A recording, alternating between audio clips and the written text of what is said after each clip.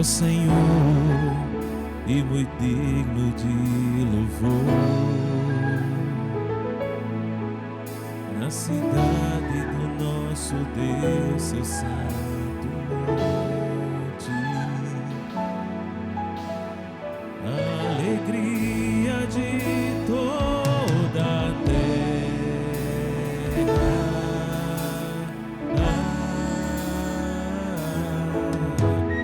Grande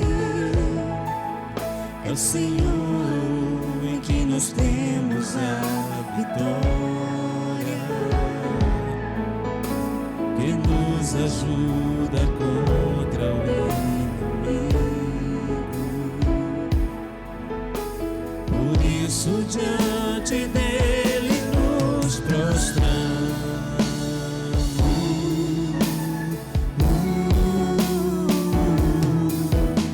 Queremos o teu nome engrandecer e agradecer-te por tua obra em nossas vidas. Confiamos em teu infinito amor,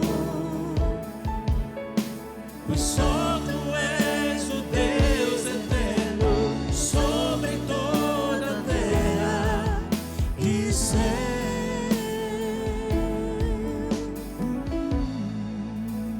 Grande é o Senhor, grande é o Senhor, Muito digno de louvor. Na cidade do nosso Deus, o santo monte, a alegria de toda a terra.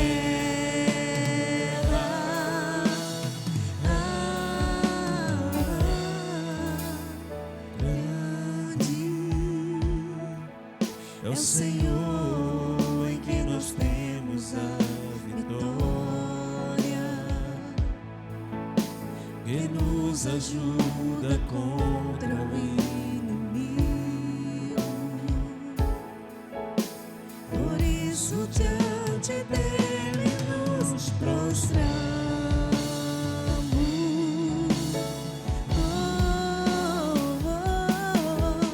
Queremos o teu nome engrandecer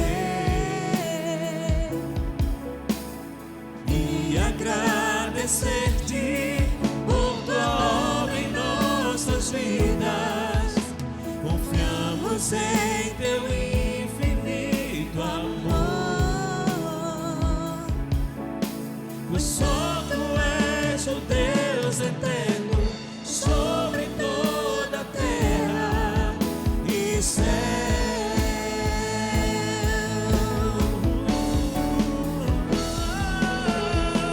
Queremos o teu nome engrandecer, nome engrandecer, Agradecer-te por tua obra em nossas vidas. Confiamos em teu infinito amor, pois só tu és o Deus eterno sobre toda a terra. Pois só tu és o Deus eterno sobre toda a terra. Pois só tu és o Deus eterno sobre toda a terra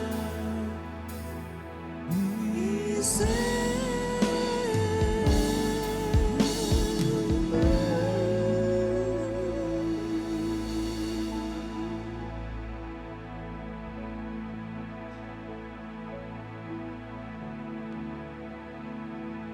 Queremos dar as boas-vindas a vocês e dizer que é um prazer estarmos aqui juntos para engrandecermos e louvarmos o nome do Senhor.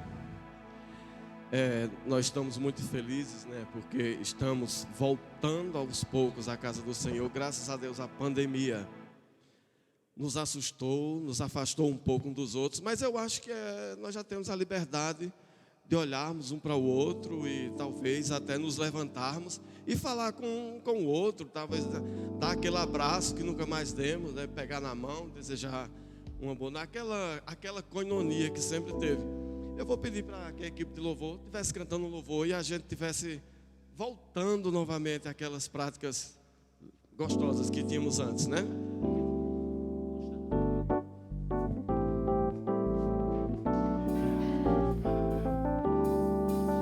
Estamos aqui louvando a Deus, podemos exaltar seu santo nome.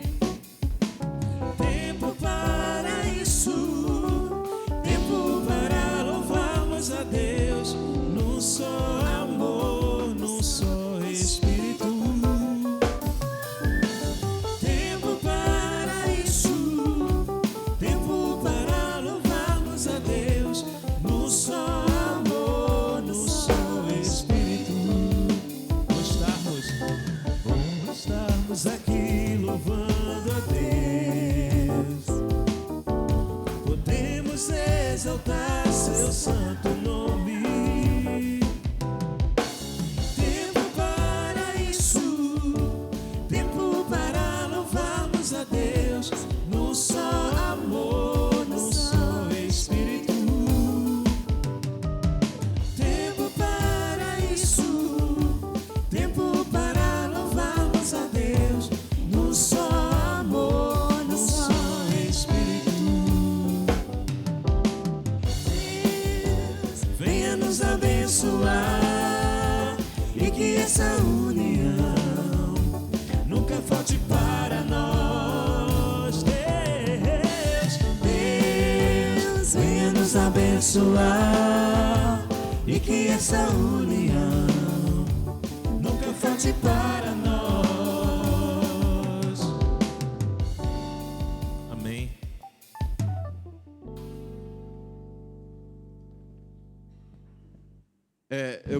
Podem sentar. Está lendo um texto que se encontra no livro de Números, capítulo 22, verso 31, que diz o seguinte: Então o Senhor abriu os olhos de Balaão. Ele viu o anjo do Senhor parado no caminho, empunhando a espada. Então Balaão inclinou-se e prostou-se com o rosto no chão. Esse texto aqui, quem conhece a história de Balaão, Balaão foi um profeta, que a gente pode se dizer que Balaão era um profeta mercenário, né? Balaão, o exército de Israel estava numa vitória, vinha de vitória em vitória, e Balaque, o rei dos Moabitas, disse: eu vou oferecer dinheiro a Balaão e ele vai amaldiçoar o povo de Israel. E ele ofereceu e Balaão ficou naquela, não sei se vou, não sei se for, terminou cedendo. Mas quando ele ia para amaldiçoar o povo de Israel, o Senhor colocou um anjo no meio do caminho. E Balaão não sabia por que aquilo ali. A mula de repente espancou, foi para um lado, Balaão espancou. O burro foi para o outro lado, Balaão espancou para o outro. Aí veja que coisa interessante. Balaão começa um diálogo com o burro. Aí o burro diz: eu não sou aquele seu burro que sempre estou contigo, não vou para todo canto contigo. Balaão diz: você é. Veja que coisa interessante. Uma pessoa conversando com um burro. Eu acho até que ele não tinha nem percebido até então. Aí a mula fez com que o anjo do Senhor abrisse os olhos e Balaão viu o anjo do Senhor com a espada na mão. Essa é uma lição muito preciosa para as nossas vidas. Gente, cuidado pelos caminhos que vamos. Cuidado pelos caminhos que pretendemos traçar para as nossas vidas. Quando o Senhor disser, o caminho é esse, siga o caminho do Senhor.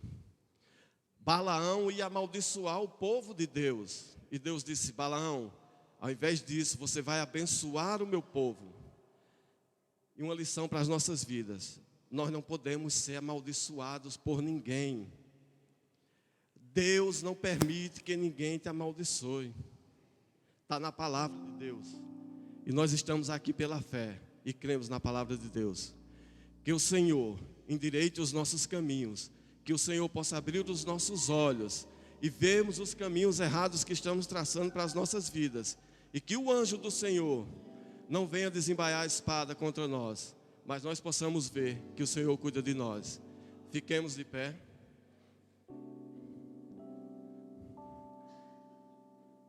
Deus cuida de seu povo. Gente, não vamos andar preocupados. Deus está à nossa frente. Ele é quem abre os caminhos para nós caminharmos. Aquela porta que está fechada, aquela porta que se abriu foi Deus. Então vamos crer pela fé, confiando no que está escrito na palavra de Deus, que Ele é por nós e que ninguém é contra nós. E quem for cairá, porque o Senhor dos exércitos é conosco. Amém? Senhor, nosso Deus, nosso Pai, nós te louvamos, te agradecemos, Senhor, porque podemos confiar na tua palavra. Porque está escrito, Senhor, que tu cuida de nós. Senhor, recebe o nosso louvor, a nossa adoração. Senhor, somos gratos por tudo que tu tem feito em nossas vidas, pelo que tu tem nos dado, o alimento, o seu trabalho. Muito obrigado, Senhor. Agora recebe o nosso louvor. Perdoa as nossas transgressões, Senhor. E o povo de Deus diz: amém, Deus. Amém. Vamos continuar de pé, vamos cantar alegremente. Senhor, eu te quero, né? Eu te busco, eu te procuro, ó Deus.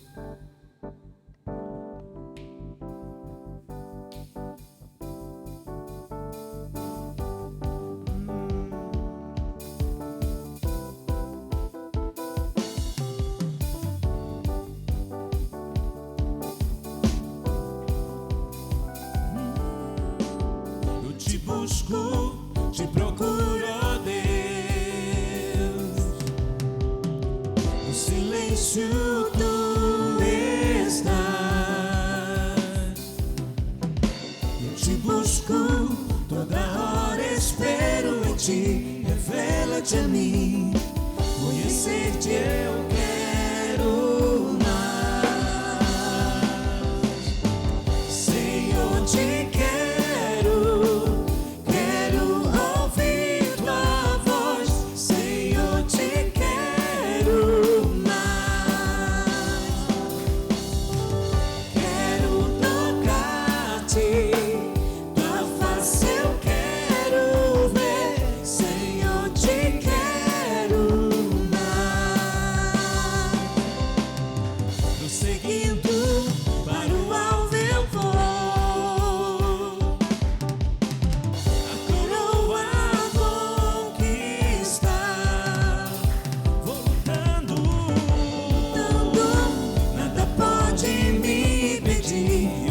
Te seguir, conhecer-te eu quero mais. Senhor, te quero, quero ouvir tua voz. Senhor, te quero mais. Quero tocar-te, tua face eu quero ver. Senhor, te quero.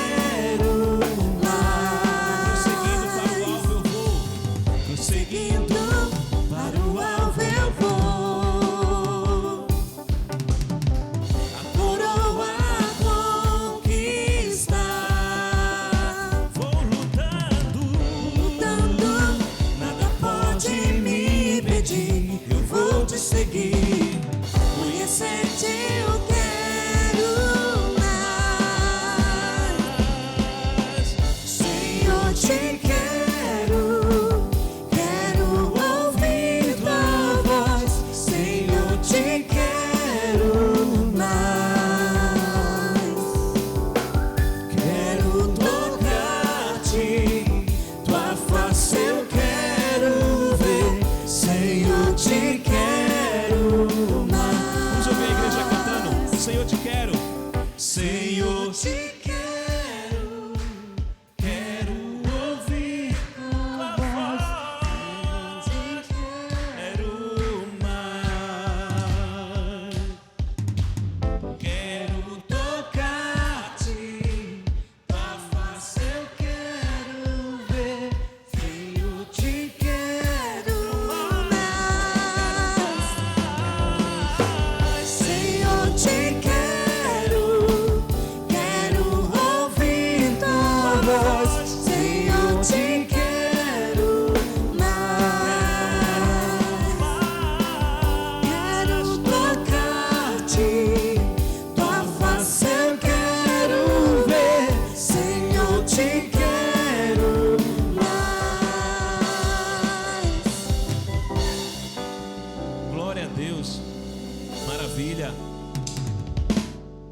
com pouca quantidade, eu vi todo mundo cantando, foi ótimo. Maravilhas. Vamos cantar agora Meu Alvo também, nessa mesma empolgação. Vamos lá.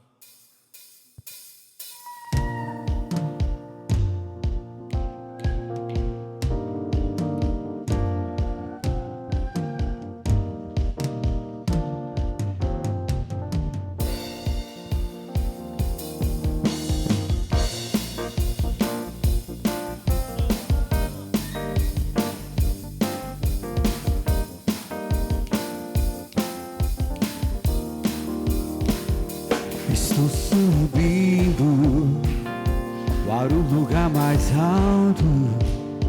Eu já queimei as fontes com o passado e os meus olhos vejo o futuro. Tudo novo se fez, tudo novo se faz. E dessa estrada, diga, eu não me desvio nunca mais. Estou firme, firme. Eu não me desvio nunca mais. Vou avançar, eu vou crescer. Ninguém vai me deter. Meu alvo é Cristo. Meu alvo é Cristo. Eu vou avançar, eu vou crescer. Ninguém vai me deter. Meu alvo é Cristo. Meu alvo é Cristo. Subindo pra um lugar mais alto. Eu já desisti de andar sozinho. Cristo vive em mim e os meus pés estão no caminho. Estão no caminho dessa estrada. Eu não me desvio nunca mais. Estou firme. Eu não me desvio nunca mais. Vou avançar, eu vou crescer. Ninguém vai me deter. Meu alvo é Cristo. Meu alvo é Cristo. Vou avançar, eu vou crescer. Ninguém vai me deter. Meu alvo é Cristo.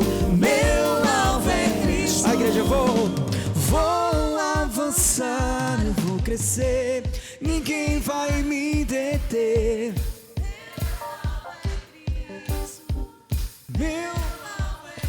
Eu vou avançar, eu vou crescer.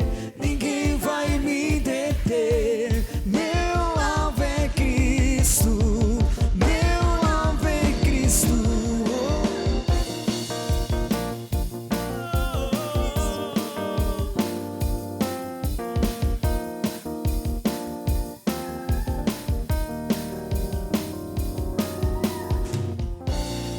Glória a Deus, maravilha. Vamos cantar Ousado Amor para encerrar esse momento de canções.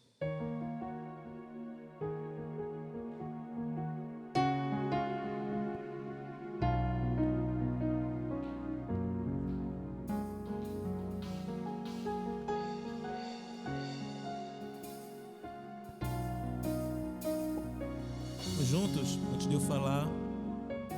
Antes de eu falar, tu cantavas sobre mim.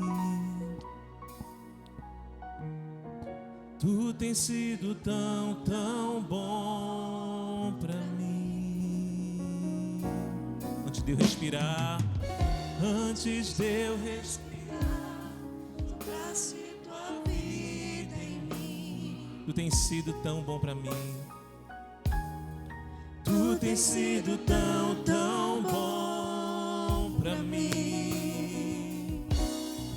Oh, impressionante, infinito, ousado amor de Deus. Oh, que deixa as 99 só pra me encontrar. Não posso comprá-lo, nem merecê-lo, mesmo assim se entregar.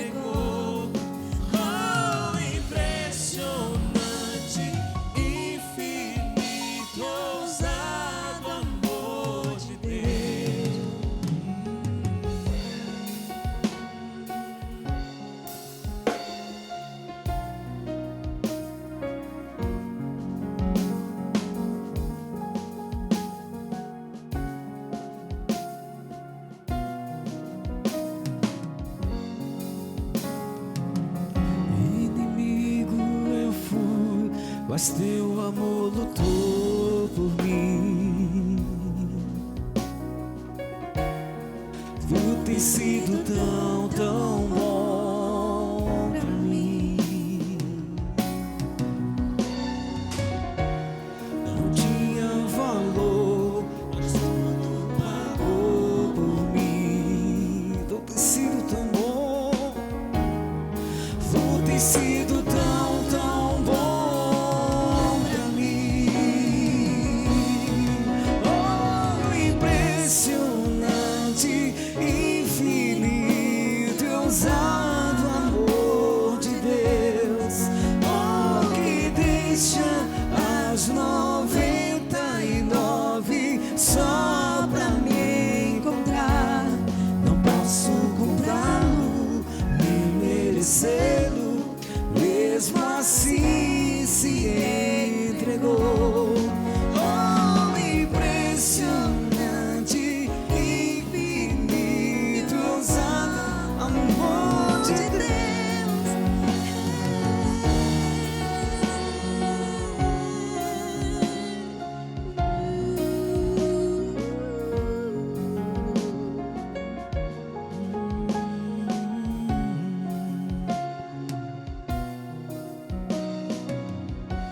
Traz luz para as sombras, traz luz para as sombras, escala montanhas pra me encontrar. Derruba muralhas, destrói as mentiras pra me encontrar. Traz luz para as sombras, escala montanhas pra me encontrar. Derruba muralhas, destrói as mentiras pra me encontrar. Traz luz para as sombras, escala as montanhas pra me encontrar. Derruba muralhas, destrói as mentiras pra me encontrar. Traz luz para as sombras, escala as montanhas pra me encontrar. Derruba muralhas, destrói as mentiras pra me encontrar. Oh, impressionante, infinito, ousado amor de Deus. Oh, que deixa as 99 só pra me encontrar. Não posso comprá-lo, nem merecê-lo, mesmo assim se entregou. Oh, impressionante, infinito, ousado amor de Deus. Não posso comprá-lo, nem merecê-lo, mesmo assim se entregou. Oh, impressionante, infinito, ousado amor de Deus. Glória a Deus. A igreja pode sentar. Vai ter departamento infantil hoje. As criancinhas podem ir para o departamento infantil agora nesse momento.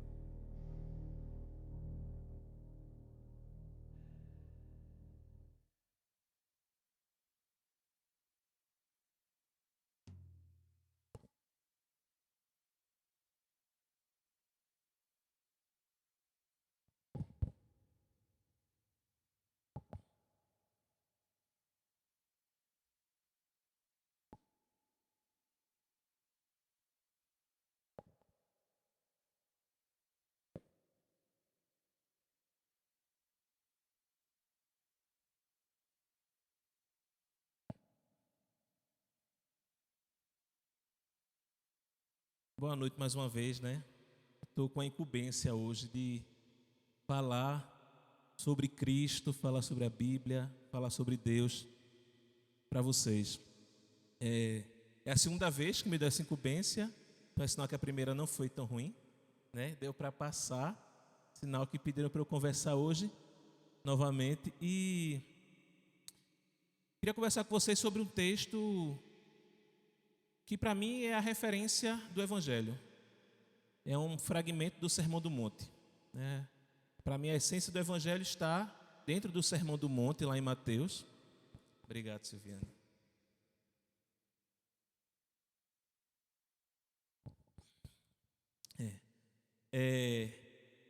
O Evangelho está, para mim, sintetizado no Sermão do Monte.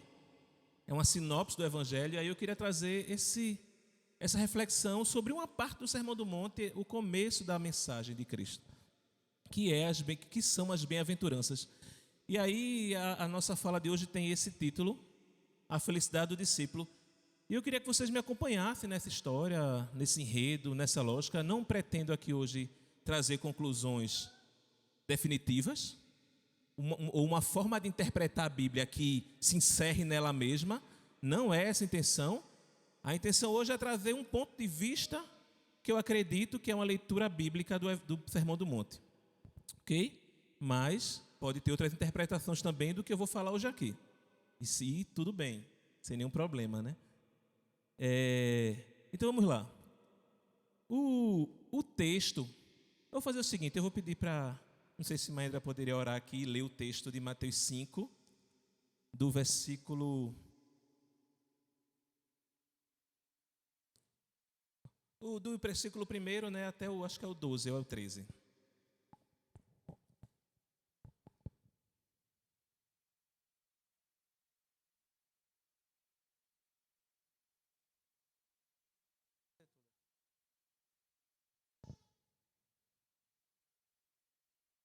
Vendo as multidões, Jesus subiu ao monte e se assentou. Seus discípulos aproximaram-se dele, e ele começou a ensiná-los, dizendo: Bem-aventurados os pobres em espírito, pois deles é o reino dos céus. Bem-aventurados os que choram, pois serão consolados.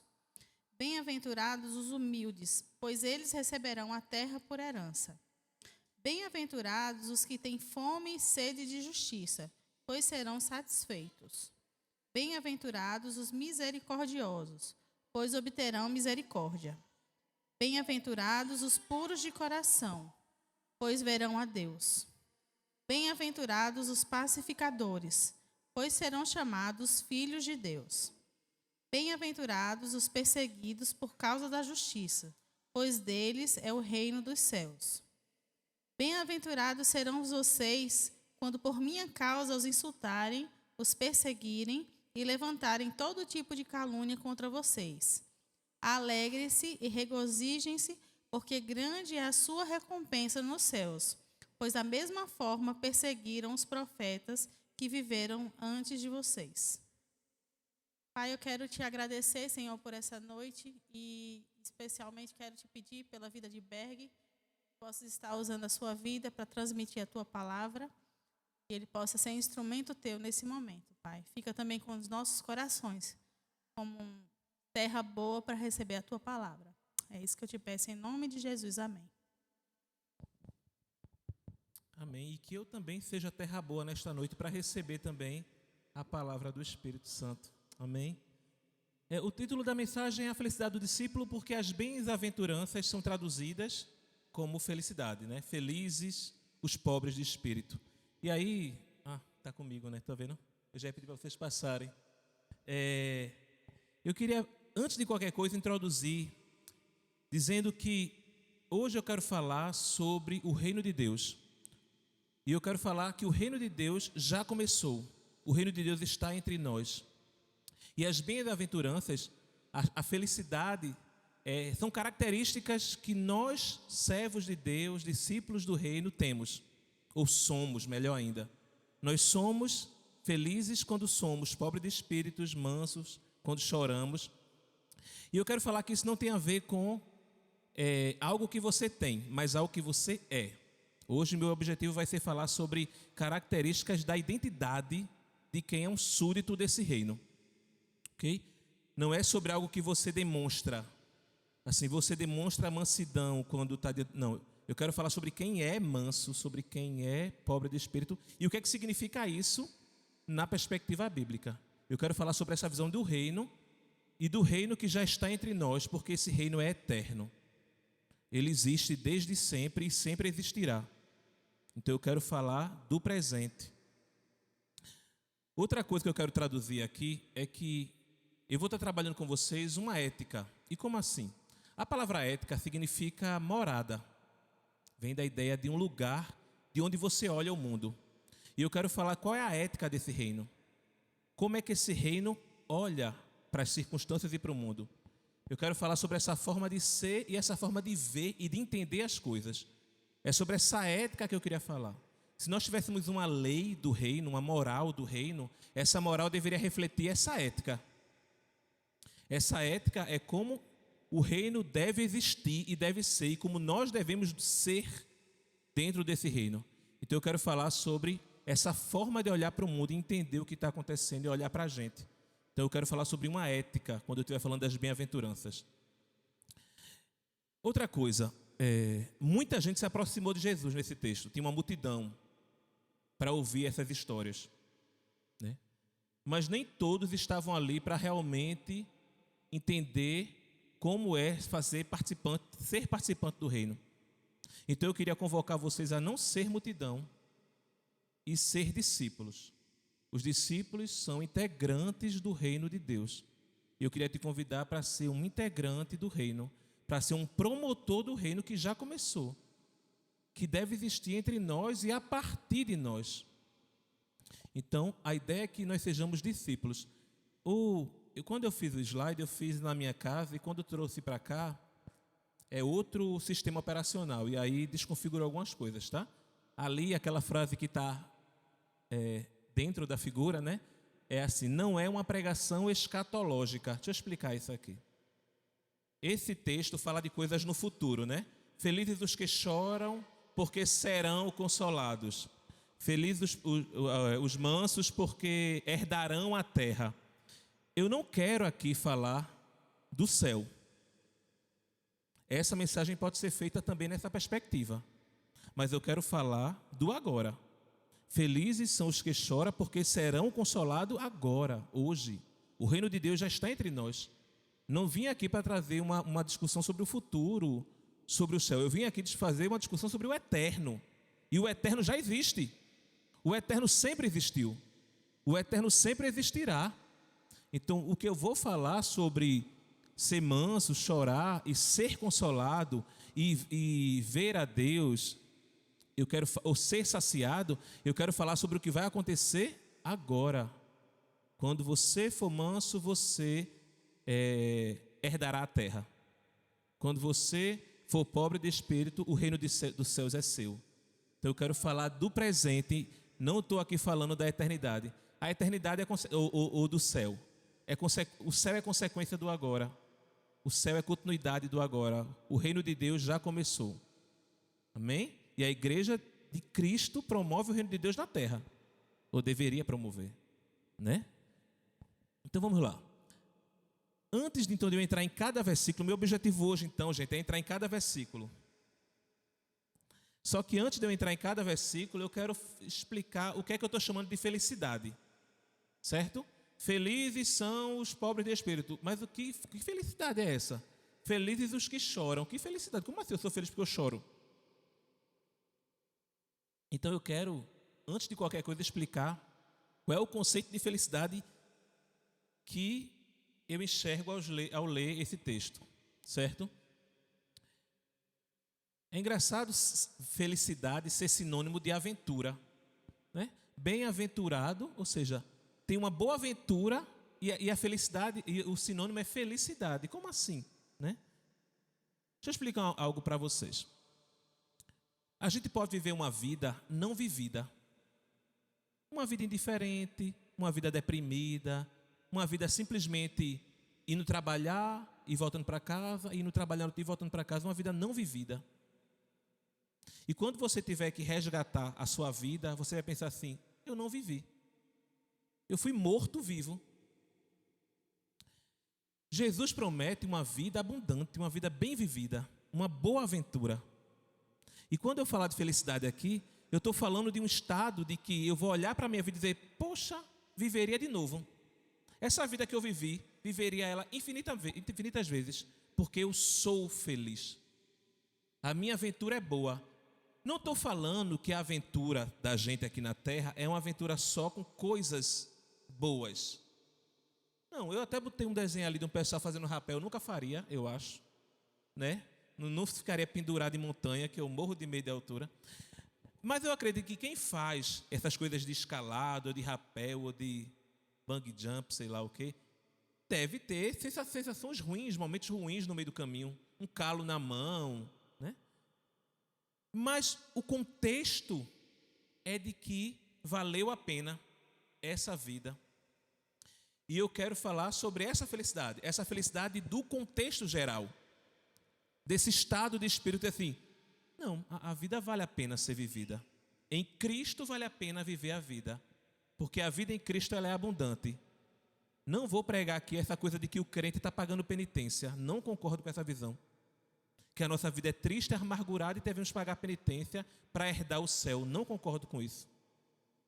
Não acho que isso é bíblico. Não leio isso quando eu leio a Bíblia. A vida do cristão é uma vida feliz. E ela é feliz porque ela é um estado de espírito. Independente do que aconteceu, eu sou feliz. Porque eu tenho paz em Deus. Eu tenho paz na minha vida. Então a felicidade é essa motivação interior que me faz querer viver. E não se esgota. Não se esgota.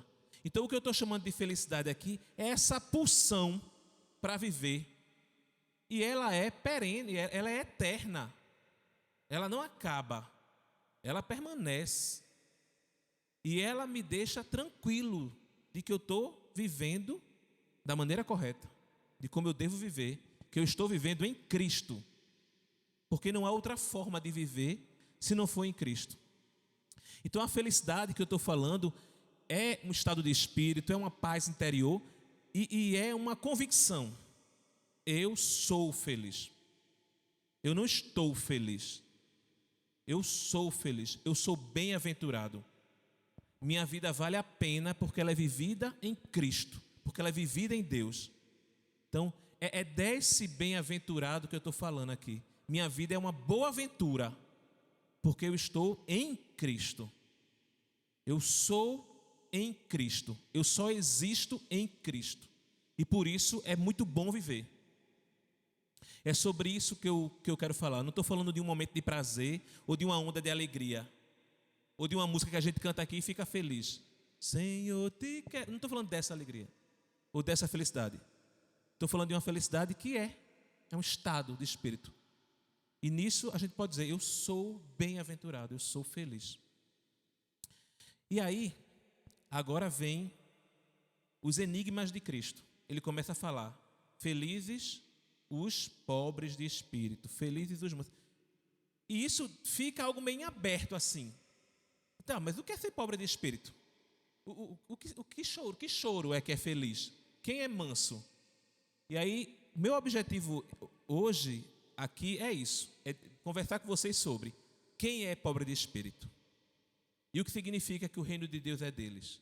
Aí depois eu vou dizer quem é os que choram e por que eles serão consolados. Porque se você reparar na leitura que Maendra fez, existe uma característica e uma conclusão. Pobre de espírito, deles é o reino de Deus. Choram, serão consolados. Os misericordiosos alcançarão misericórdia. Para cada característica do reino, tem uma promessa, tem um fato.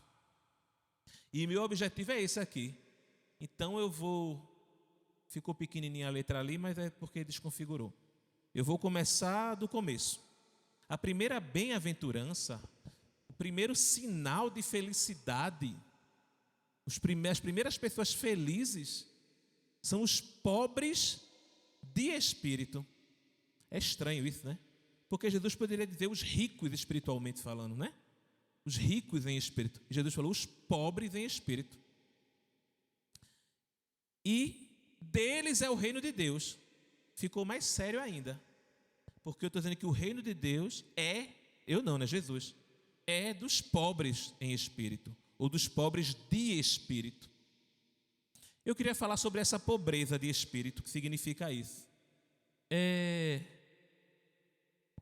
Eu queria trazer primeiro conceitos talvez mais aceitos por todos. Quando a gente fala em pobreza, a gente fala em alguém desprovido, alguém que não tem, né? Então eu sou pobre de dinheiro porque eu estou sem dinheiro, estou cheio de dívida, então eu estou pobre. A pobreza tem a ver com ser desprovido. E essa é a primeira característica de quem é do reino de Deus. Ele é desprovido de si mesmo. Ele é desprovido de querer ser seu próprio Deus. Ele é desprovido da tentação de comer a fruta. Ele é desprovido da necessidade de ser seu próprio dono. E ele é totalmente dependente da ação divina. Ele é totalmente dependente de Deus. Essa coisa de dependência me faz pensar que a gente tem muito o que aprender com os pobres materialmente. Eu fui muito pobre, né?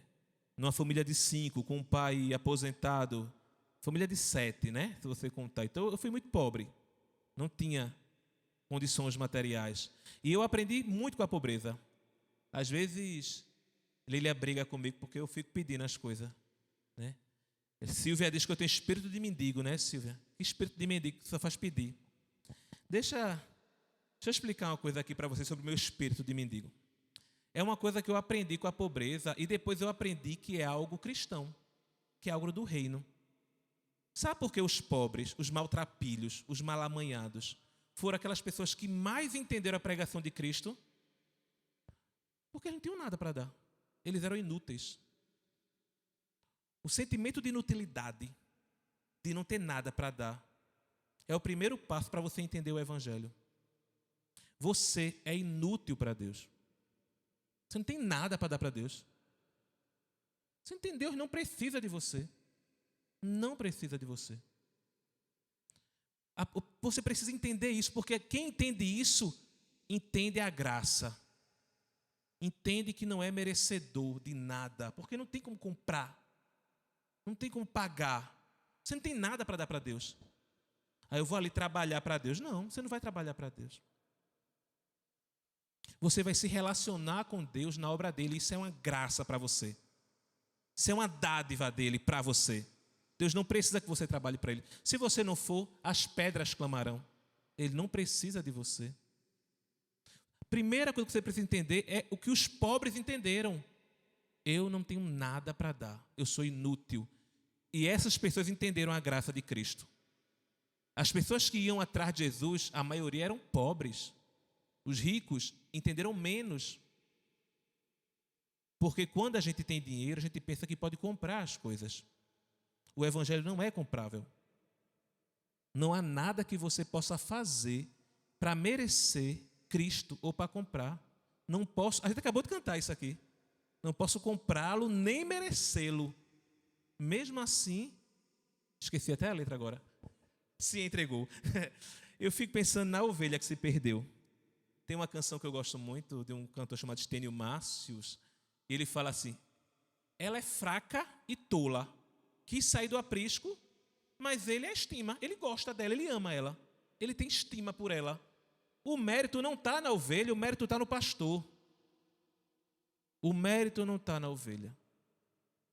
Então, sabe o que a gente pode aprender com os... E eu estou falando agora de pobre em dinheiro, pobre em material. Sabe o que a gente pode aprender com os pobres? A entender que não temos nada para dar. E mesmo assim a graça nos alcança. E essa é a maior verdade do Evangelho. Quem é pobre de espírito porque entende que não tem nada para dar para Deus, esse é o cidadão do reino de Deus. Não estou falando de uma conquista, de um merecimento. Eu estou falando de um fato. Os pobres de espírito são os herdeiros do reino de Deus. Eu até já pulei aqui, me empolguei e pulei, né? Eu acho que eu já falei isso aqui e é importante eu destacar isso.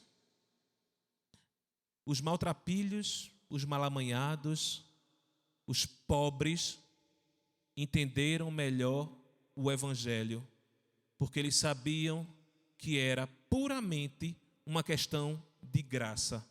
Os religiosos não entenderam o Evangelho.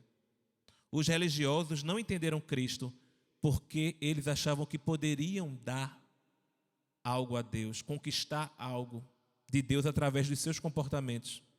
E não entenderam que era Cristo que estava ali entre eles. Os religiosos não entenderam. E os malamanhados, maltrapilhos entenderam. É esse sentimento de pobreza que eu queria deixar claro para vocês aqui. Esse sentimento de mendigo que Silvia me chama de espírito de mendigo. Esse sentimento é um sentimento cristão. Eu quero. Às vezes o pessoal oferece, tem uma roupa usada lá em casa para Malu, tu quer? Quero. Já agora, pode dar. Eu vim para esse mundo sem nada. Se tem graça me alcançando, eu vou receber. E ser muito grato pela graça que me alcança. Quem quiser dar uma roupinha usada para minha filha, pode dar. Vai usar. Você vai ver ela com a roupa usada aqui na igreja. Tenho nenhum orgulho com relação a isso, não. Inclusive, ela ganhou muita coisa. Está até ali falando agora, feliz, porque ganhou muita coisa. Fora da graça não existe bem algum. Amém? Fora da graça não existe bem algum. Essa frase é muito forte. Pense sobre ela, certo? Fora da graça não existe bem algum. Tá, agora vem a outra parte. Felizes são os pobres de espírito, porque deles é o reino de Deus. Quando você lê, aí você cai no erro novamente de pensar que é uma questão de merecimento.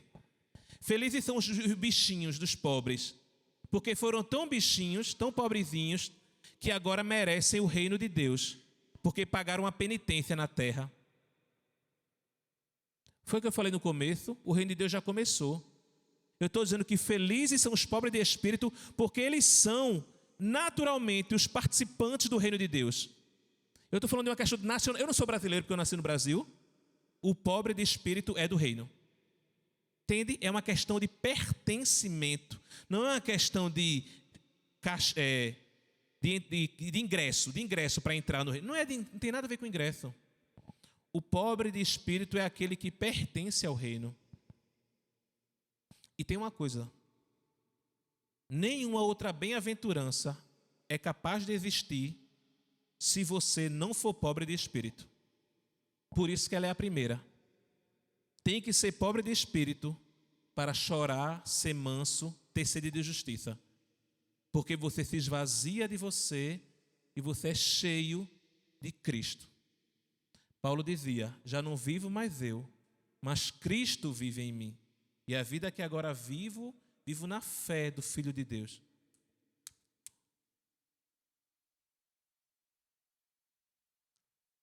Ok? Essa primeira? Tranquilo? Posso passar para a segunda? Alguém tem que me controlar, viu? Eu perco a noção aqui do negócio.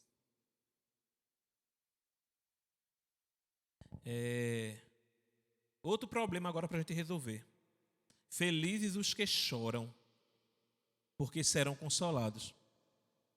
A gente pode cair em outro erro, de achar que as pessoas que estão sofrendo, sendo martirizadas por conta de desgraças e sei lá o que for, são felizes por conta desse tipo de choro, do choro de dia que aconteceu algo ruim. Eu perdi alguém e vou chorar, e é esse choro. Não é sobre esse choro. Possivelmente não é, pelo menos só sobre esse choro que Cristo está falando. Eu quero conversar com vocês sobre quem é os que choram, ou o que significa felizes os que choram. A primeira coisa que eu queria falar é que o choro é um sinal de que você é afetado, de que você não é indiferente à dor, de que você é humano, tão quão humano foi Cristo. A gente costuma pensar muito em Cristo como Deus, né? A gente deveria pensar mais em Cristo como homem.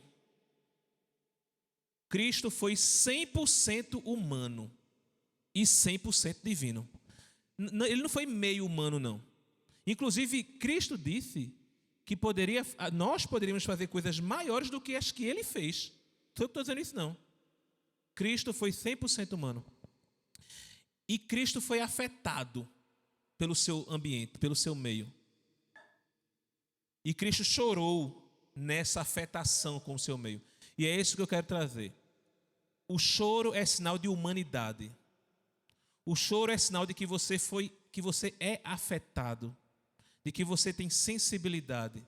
É desse choro que eu falo, do choro de compaixão, como o choro de Cristo. Quando você vê a dor do outro e você consegue chorar com ele. Esse é um choro dos felizes. Um choro dos felizes é o choro da compaixão. O choro de quem chora com alguém. De quem consegue sentir a dor do outro.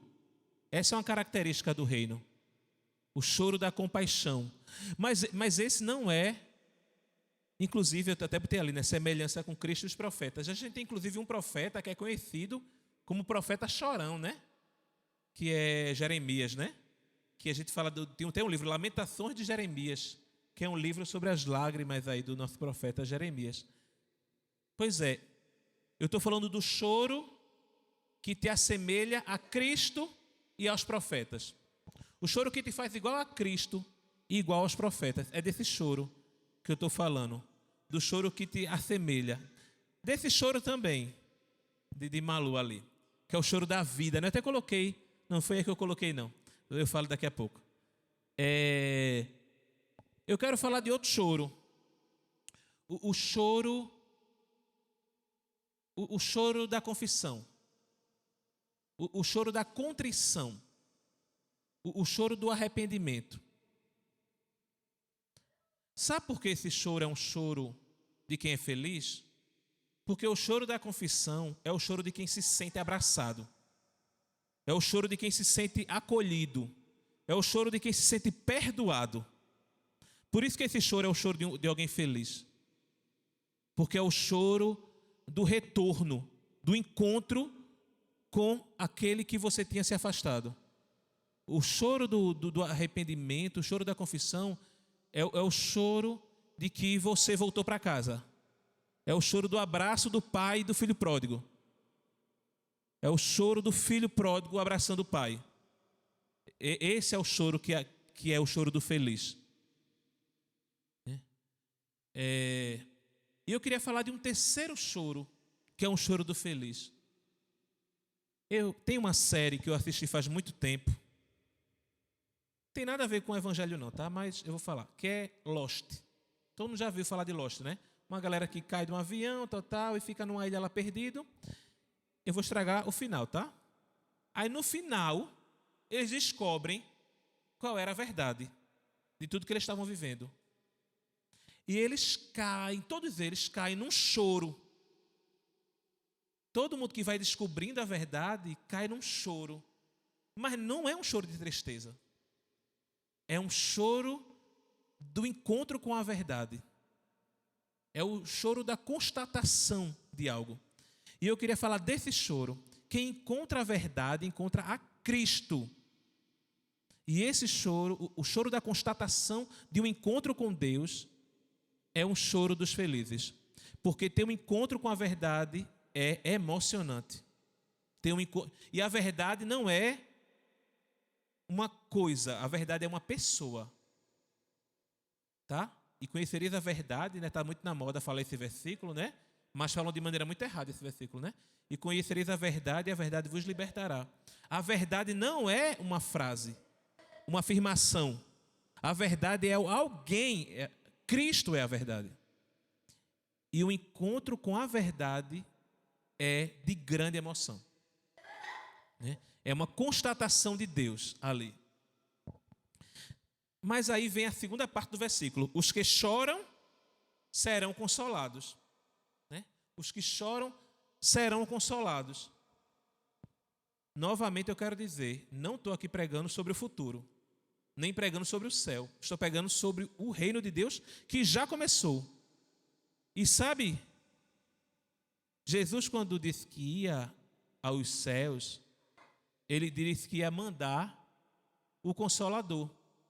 E o Consolador era o próprio Deus que habitaria em nós. O Espírito Santo é chamado de Consolador. Sabe por quê? Felizes os que choram, porque eles sentem o Deus que habita neles. Eles têm uma experiência com o Espírito Santo, que é o próprio Deus. E isso é o consolo. Isso não vai acontecer quando você chegar no céu, não. Você é consolado quando suas lágrimas caem, porque o Espírito Santo está com você naquele momento. Esse é o grande consolo. Deus habita em nós e Ele mora conosco. Chorar é ter um encontro com o divino, é ter um encontro com Deus, é cair nos braços do Espírito Santo. Esse é o grande consolo. Agora, só é consolado quem chora.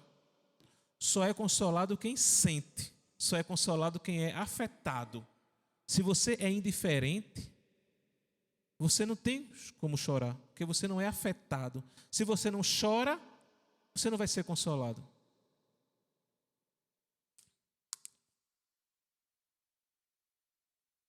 Eu até coloquei ali a questão do recém-nascido, porque eu estou com um recém-nascido em casa, né?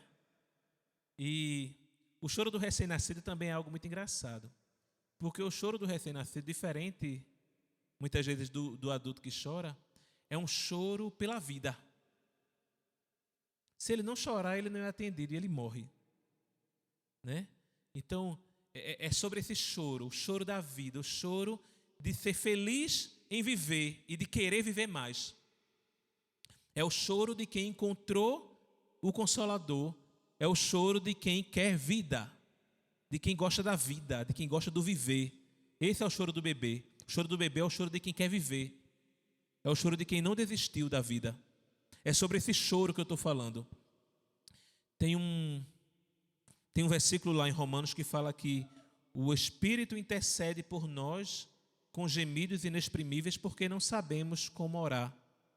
Então eu queria que você pensasse que o seu choro é o gemido do Consolador na sua vida.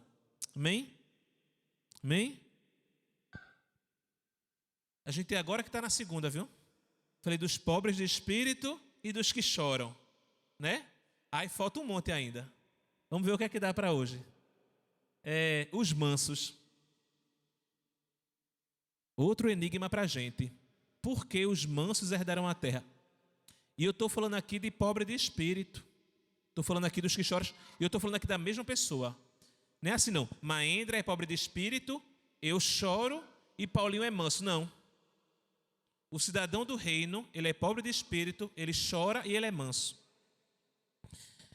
Eu não sei se vocês conhecem essa reportagem aí. Essa reportagem é de um rapaz que possivelmente talvez tinha algum tipo de insanidade mental. E ele estava sendo austero com o entregador de comida, né? Xingando, olha para mim, olha para minha cor, olha quem eu sou, olha quem você é. E o cara,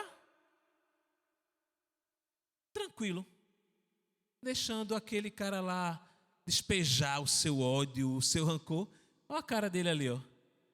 De que beleza, meu irmão, tá bom. Tranquilo, sabe?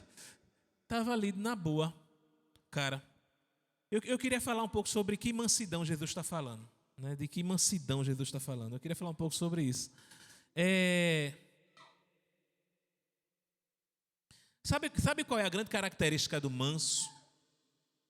Ele entende que ele não está num ringue. Ele não está aqui para ter adversários. Eu não estou aqui para disputar nada com... Eita, mas eu esqueci até teu nome aqui. Jailson fala melhor que eu. O manso não está preocupado com isso. O manso não está... Se eu toco melhor que Paulinho, se Paulinho toca melhor que eu, se eu canto melhor que você... O manso não está nem aí para isso. O manso não está no mundo buscando adversários, procurando seu espaço. O manso é alguém que descobriu que existe lugar para todo mundo nessa grande terra que Deus nos deu. Existe espaço para todos os mundos. Existe espaço para Luciane Maendra, existe espaço para Sanderli Paulinho, existe espaço para Cleivan e Silvio, existe espaço para todo mundo. Eu não preciso brigar, disputar nada com ninguém. A terra é muito grande, tem muito espaço. O manso entendeu isso, por isso que ele não está querendo derrubar alguém no ringue, no boxe, no MMA. Não está atrás disso. Ele não está atrás da briga. E, nesse sentido, o manso não está precisando... Aquele menino lá, né? Anteriormente aí. Eu não preciso me impor. Eu não estou disputando nada com ninguém.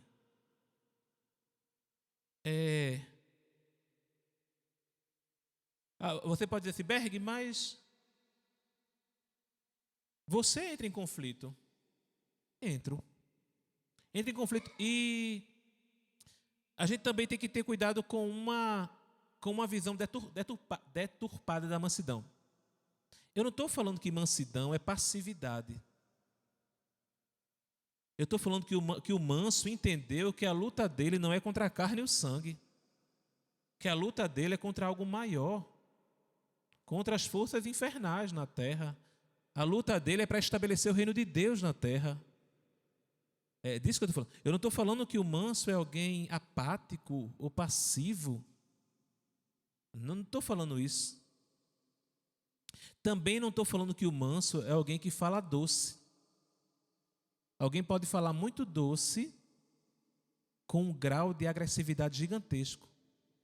Alguém pode falar, meu amor, apunhalando uma faca. Alguém pode falar, oh, meu amor, com a espada cortando a sua orelha. Então eu não estou falando do jeitinho doce de falar. Eu estou falando que o manso é alguém que entendeu que tem lugar para todos habitarem nessa terra, que ele não disputa espaço. E que ele entende que a nossa luta não é contra pessoas. Nossa luta é contra ideias que vão contra o reino de Deus. É isso que eu estou falando. Não estou falando aqui de alguém covarde ou aquela pessoa que quer passar uma doçura, que é mentira. Não é sobre isso que eu estou falando. Se a gente fosse pensar no oposto, a gente poderia dizer o seguinte: infelizes os valentes, os fortões, os armados, né? Que querem pegar a espada e torar a orelha de um. Infelizes. Infelizes quem está pronto para brigar. Quem está preparado para... Infeliz. E sabe por que eles são infelizes? Porque eles não herdarão a terra. E lembram que eu falei que eu estou falando do presente? Eu falei que eu estou falando do presente. Eu tenho pessoas muito próximas de mim que não são mansas. Pelo contrário, são muito violentas. E sabe qual é a grande característica delas? Elas não têm paz. Elas vivem sempre em alerta. Tem câmeras. Porque algo pode acontecer. Alguém assim não herda a terra. Como é que você vive na terra se você vive sempre achando que alguém pode lhe atacar porque você não é manso? Eu tenho pessoas muito perto de mim que precisa viver sempre de câmera, sempre de arma, sempre... Porque não tem paz, não herda a terra, não consegue sentar de costa para uma porta. Sabe por que os mansos herdam a terra? Porque os mansos não são inimigos de ninguém.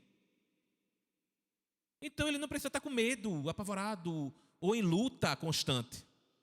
O manso aproveita a terra.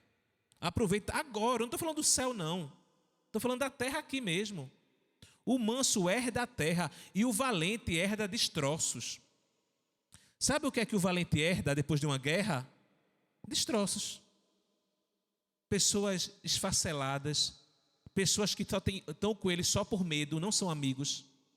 É isso que os valentes herdam. Os valentes não têm amigos, eles têm pessoas que têm medo deles.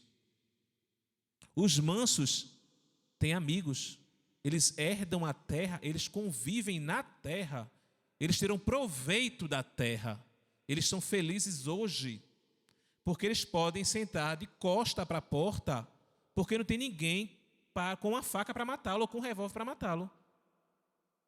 Os mansos herdam a terra porque podem viver de maneira compartilhada, porque tem espaço para todo mundo. Eu não tenho que estar brigando porque no meu trabalho ou eu ou é o outro, não. Tem espaço para todo mundo, e no dia que não der mais para mim, eu vou ter outro lugar. Porque quem me sustenta é Cristo, não é trabalho. Então, eu estou tranquilo, eu não tenho adversários, eu não preciso provar que sou melhor do que o outro. Porque no dia que no meu espaço não for ali, Deus já me coloca em outro lugar, porque tem espaço para todo mundo.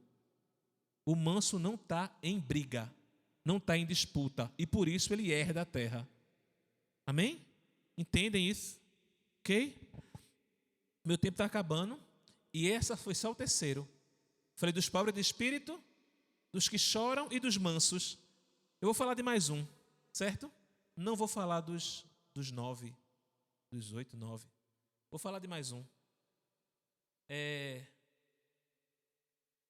Vou falar dos que têm fome e sede de justiça, porque serão fartos. Eu trouxe aquela figurinha ali. A gente, quando trabalha no SUS, no Sistema Único de Saúde, a gente aprende um princípio do SUS, que é o princípio da equidade. E a gente aprende que primeiro ele foi escrito como igualdade. Aí depois disseram, eita, igualdade, e as pessoas entenderam errado.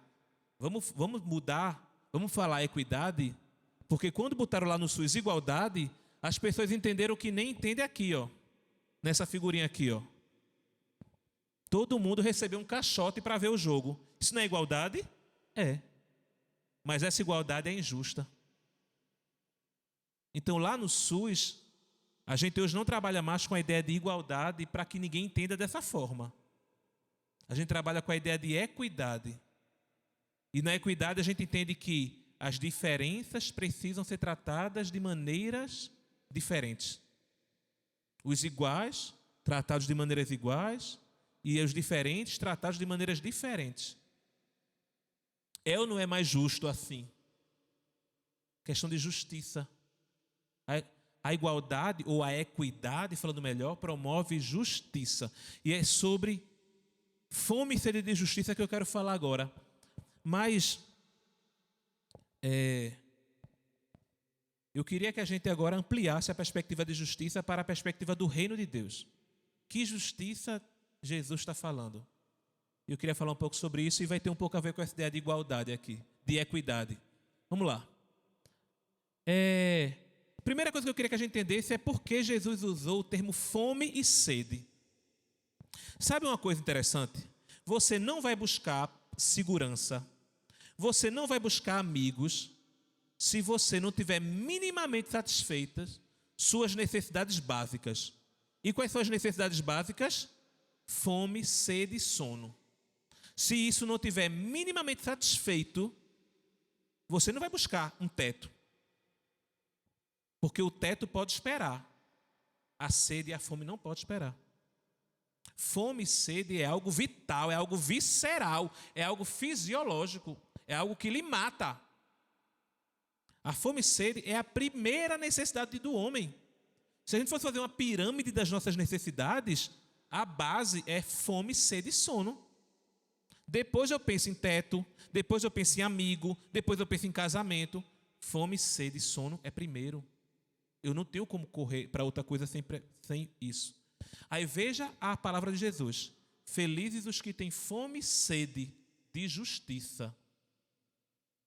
Ou seja, a primeira coisa que deve lhe ocupar é a justiça. Nas suas ações, nas suas práticas, a primeira coisa que deve lhe ocupar é a justiça. Tá, Berg, mas que justiça? Eu queria dizer o que não é justiça, primeiro, antes de dizer o que é justiça. Esse versículo aqui que Jesus usa no mesmo capítulo Jesus usa esse versículo aqui, ó. Pois eu lhes digo que, se a justiça de vocês não for muito superior à dos fariseus e mestres da lei, aquela crase ali não existe, tá? Eu peguei, copiei e colei, mas foi um erro. Pois eu lhes digo que, se a justiça de vocês não for muito superior à dos fariseus e mestres da lei, de modo nenhum entrarão no reino dos céus. Tá, mas qual era a justiça dos mestres e fariseus? Que a minha tem que ser melhor. A primeira coisa é, eles colocavam fardos pesados nas costas dos outros. Vocês lembram que Jesus falou isso sobre eles? Cuidado quando colocar fardos pesados nas costas dos outros. Isso é injusto. Nem você é capaz de carregar esse fardo. E você coloca nas costas dos outros. Nem você é capaz de carregar essa moralidade toda que você fica pregando por aí aos quatro ventos. E aí você joga nas costas dos outros essa moralidade humana gigantesca que ninguém é capaz de superar. Muito cuidado em colocar um fardo maior do que o que você é capaz de suportar. Isso é injusto. Sabe outra coisa que Jesus dizia? O que a tua mão direita der, faça com que a esquerda não veja. Sabe aquela esmola para se autopromover? Isso também não é justiça. Isso é quem quer aparecer, quem quer autopromoção. A gente evangélico, a gente tem que ter muito cuidado com as nossas falas meritocráticas de uma justiça onde alguém merece porque fez mais, porque é melhor, porque é mais santo. Essa não é a pregação de Cristo, viu? Essa pregação é nossa. Vamos ler a Bíblia para ver a pregação de Cristo? A gente fica colocando fardos nas costas dos outros que nem nós levamos com o nosso discurso moralista muitas vezes. A gente tem que ter muito cuidado com o que a gente diz, para que a gente não seja uma pedra de tropeço para o outro e seja injusto. E a gente tem que ter cuidado também com a benevolência da gente. Berg, mas benevolência é ruim? Não. Bondade não pode ser um sinal de justiça? Pode. Pode. Esmola pode ser um sinal de justiça? Pode. Eu posso dar, porque pode ser um sinal de justiça. Eu até falei com uma pessoa esses dias que teve a festa das crianças aqui, né? Aí alguém chegou para mim e fez: rapaz, deveriam ter outras crianças aqui também, além dessas daqui. Crianças que precisavam estar aqui, que ficariam muito felizes em receber essa sacolinha. E talvez a gente não pense... Eu poderia ter pensado nisso, tá, Tiane? Não é crítica a você não, por favor. Interessante. Eu poderia ter pensado nisso e não pensei. Por quê? Porque talvez eu não estou tendo a sede de justiça necessária. Berg.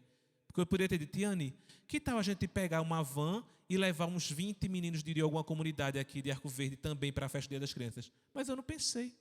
Talvez a minha sede e a minha fome não esteja tão alta. Talvez eu esteja com fastio de justiça. E isso é um perigo. Cuidado com os fastios de justiça. Eu estou fastioso com a justiça. Só pense em mim. O reino de Deus não é sobre isso, tá?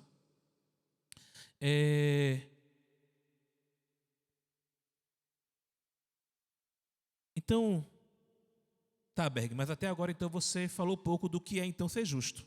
Que justiça você está falando? E a primeira coisa que eu queria falar é que justiça, o justo aqui dessa história, é o mesmo pobre de espírito. Beleza? Então eu estou dizendo aqui que o justo é alguém que é desprovido de si mesmo. Então a justiça que o bem-aventurado prega é a justiça do reino, não é a justiça dele. E a justiça do reino não é meritocrática. A justiça do reino é redentiva. Vou repetir. A justiça do reino não é sobre mérito, é sobre redenção. Cristo veio para todos. A justiça do reino é aquela que atrai todos para a redenção, para a graça. A justiça do reino é aquela que busca que todos tenham espaço na mesa, na ceia do Senhor.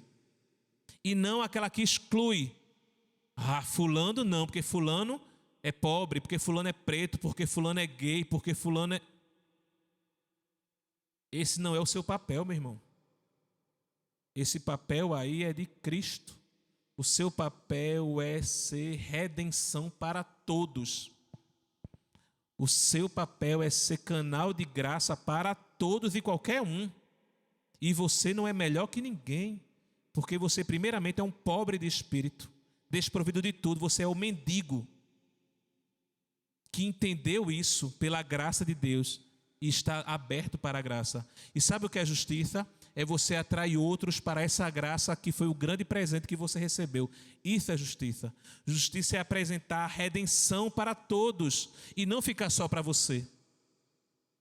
Justiça é quando eu atraio outros para sentar na mesa do grande Pai, a grande ceia do Senhor.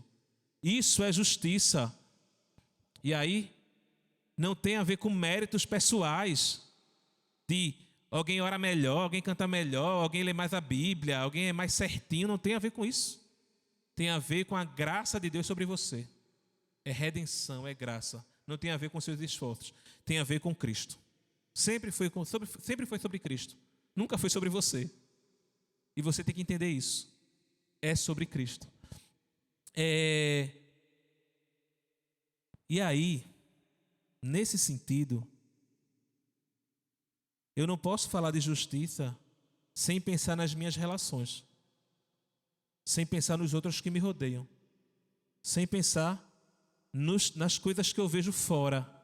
Eu não posso falar em justiça porque eu recebi a graça, massa. Eu recebi a redenção, massa. Pronto. Não. Eu tenho que pensar nas relações para poder pensar em justiça. E aí eu queria falar algumas coisas aqui para vocês.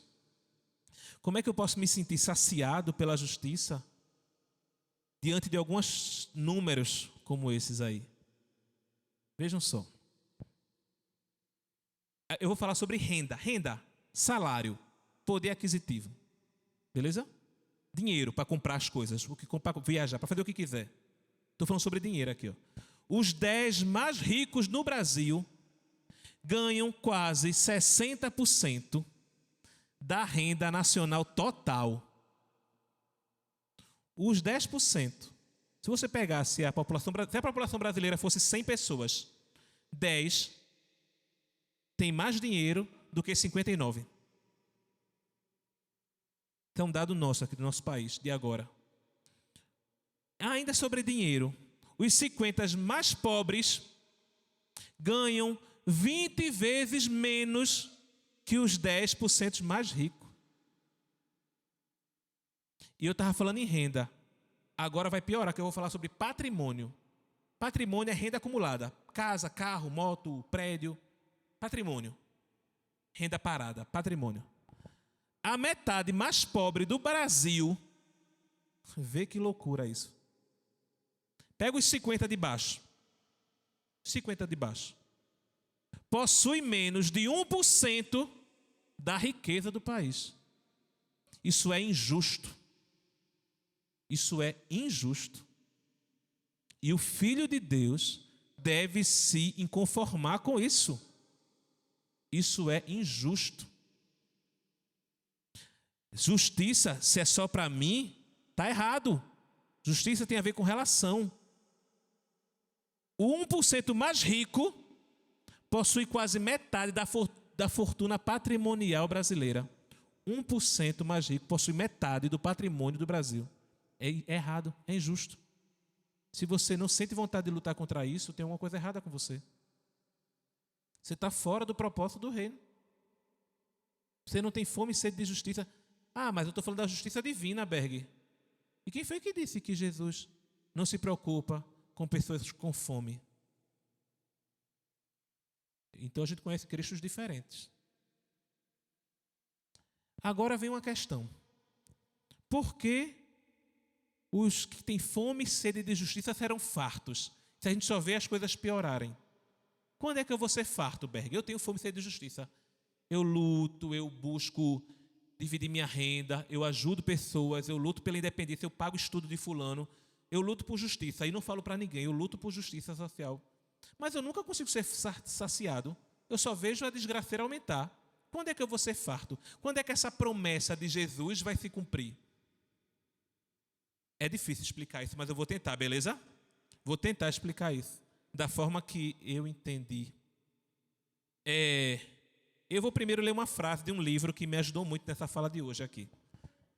Ela diz assim, ó: infelizes os enfastiados, os que não têm apetite por justiça, os indiferentes, os acomodados, Infelizes os que não escutam o clamor, nem pleiteiam a causa do oprimido.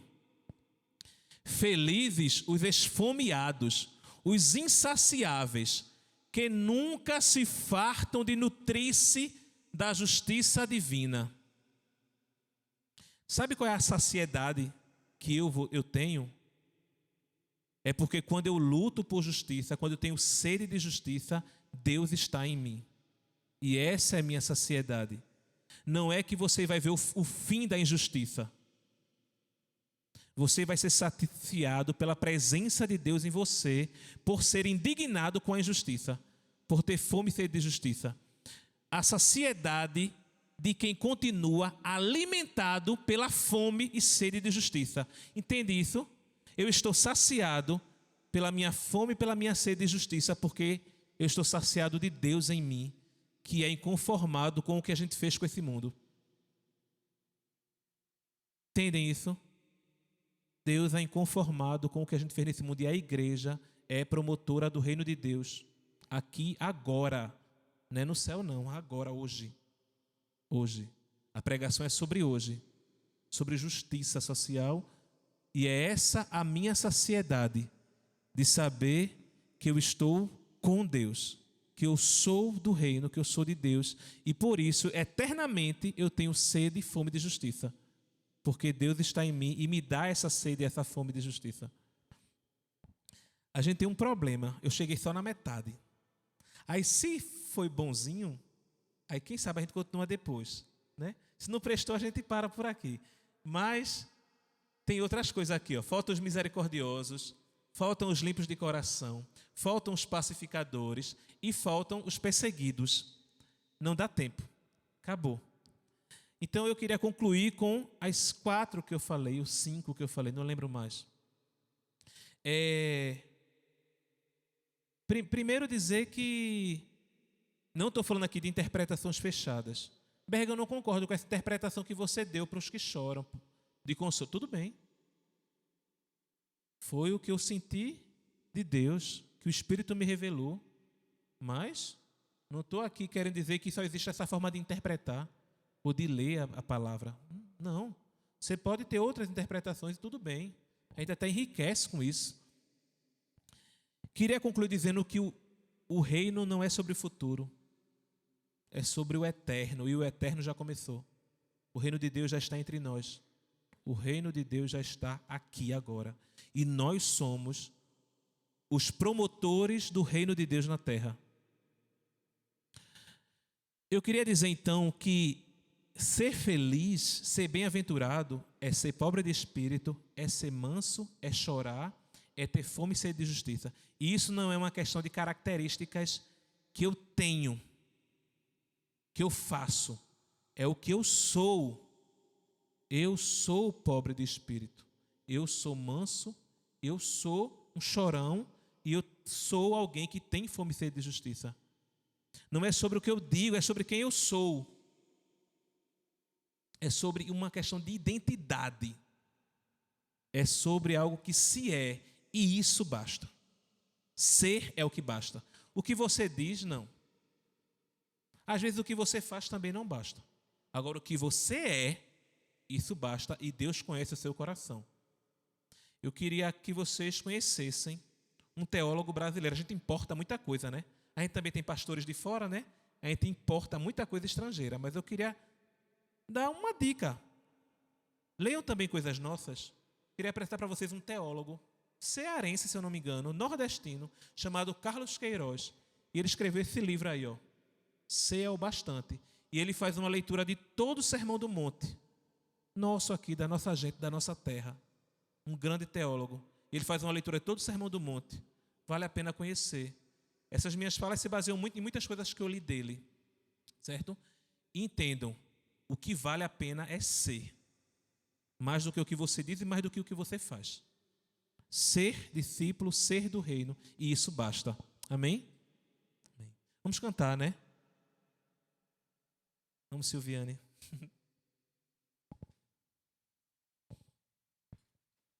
Você pode aproveitar esse momento também para orar, para pensar em Deus e ter esse momento de comunhão com o Espírito.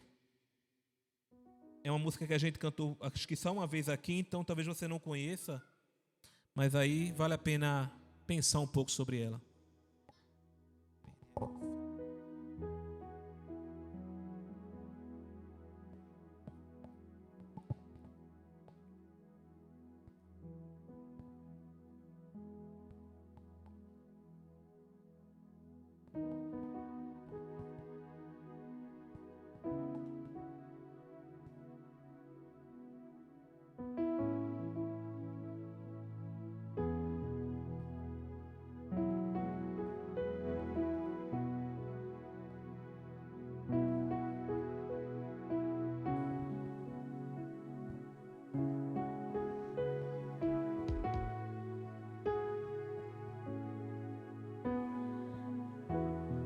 Doce presença,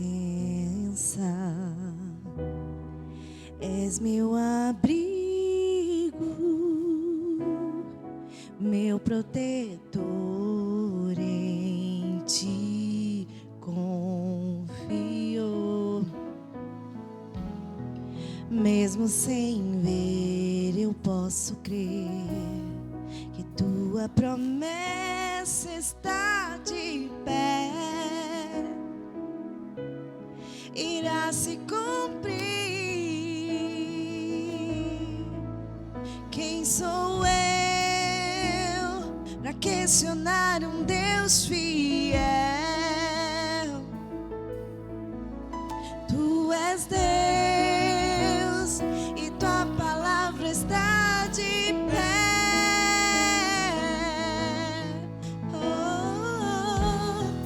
És minha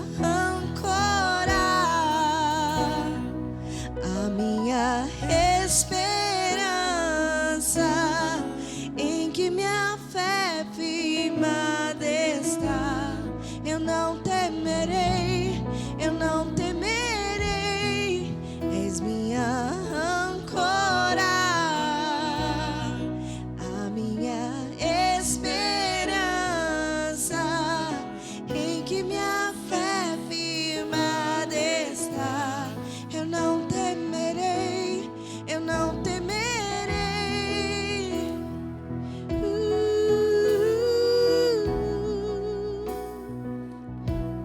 Eu não temerei.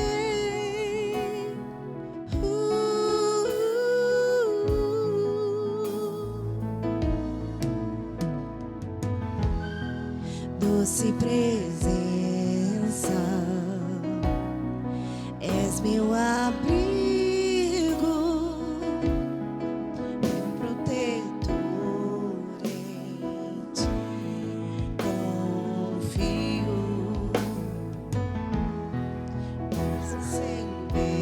eu posso crer que tua promessa está de pé, irá se cumprir. Quem sou eu para questionar um Deus fiel? Tu és Deus e tua palavra está.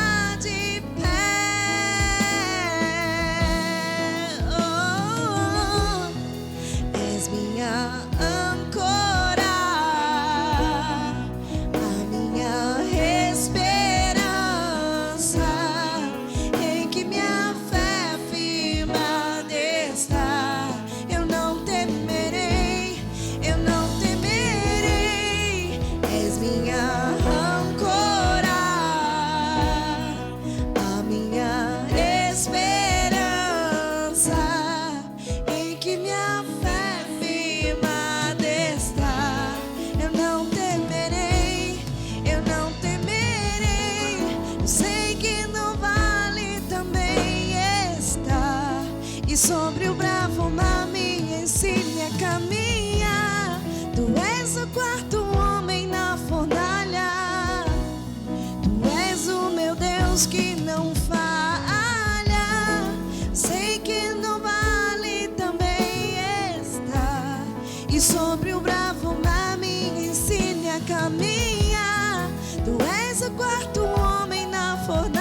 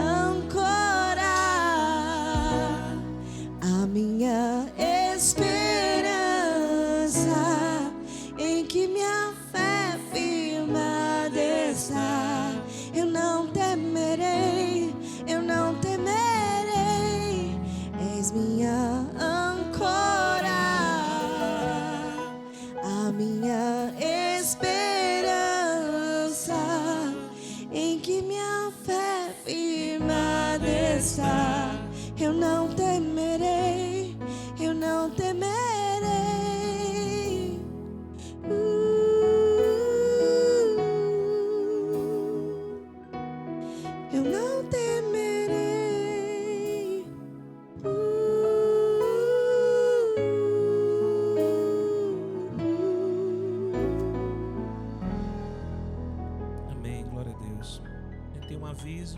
Depois da oração final, estamos despedidos para os nossos lares. Boa noite. E a gente tem essa semana, vamos retomar o encontro de mulheres. Eu coloquei já no grupo de mulheres, mas só para relembrar, no dia 20, que é quinta-feira, às 19 horas. Eu sei que nem todos podem, tem pessoas aqui que trabalham à noite, mas dia 29 é um sábado, às 4 horas. Então reservem esse horário, esses dias. Maridos, ajudem suas esposas, fiquem com seus filhos e mandem as mulheres para cá, né? O último encontro que a gente teve foi muito bom. A gente está estudando sobre os heróis da fé e me lembrou um pouco do que Berg falou aqui. Foram pessoas desprovidas de muitas coisas, né? Que deixaram suas famílias, muitos deles, né? E se sacrificaram para promover o reino. E como é bom a gente poder assim aprender um pouco com esses exemplos. Como a gente se sente também estimulado a fazer um pouco mais pelo reino, não por nós. Então, queria deixar esse lembrete. Eu vou colocar de novo no grupo essa semana. Tentem vir, né? Apesar das lutas de casa, mas tentem vir, porque tem sido bom. E também eu queria deixar aqui um apelo, né? Algo que Deus está me incomodando ali um pouquinho sobre os adolescentes. A gente tem um grupo aqui que funciona aos sábados, às 7 horas. E a gente está tendo muita oscilação, vem, não vem. Eu queria pedir aos pais, estimulem seus filhos a virem. Eu lembro que eu sou de igreja desde pequeno, mas foi na minha adolescência que eu encontrei Cristo. E por conta da minha adolescência firmada, hoje eu estou aqui, né, e participo desse reino.